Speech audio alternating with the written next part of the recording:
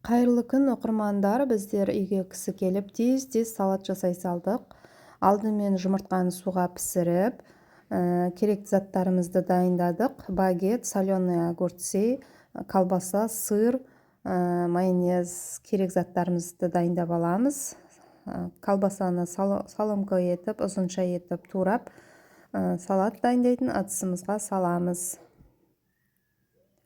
Одан кейін сырды да дәл осылай ұзынша етіп турап аламыз.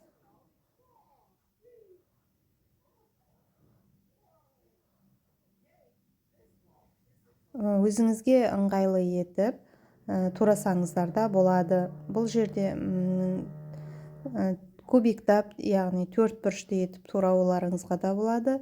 Немесе әдемі болсын десеңіз, осылай ұзынша соломка етіп турасаңыздар да болады. Өзіңізге жеуге ыңғайлы етіп турай беріңіз.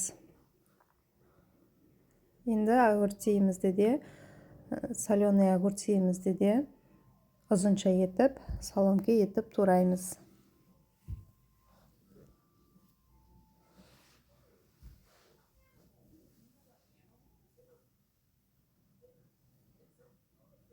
Ешқандай өлшем қажет жоқ, барлығын көз мөлшерде жасап шықтық.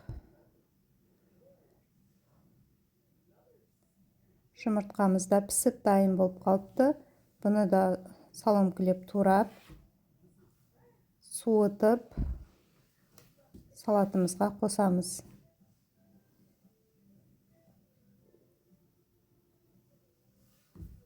Дайын болғаннан кейін багетті ең соңынан салып, майонездерін қосып, әбден майонезі барлық салат құрамына жақын болғанша былғап араластырып шығамыз.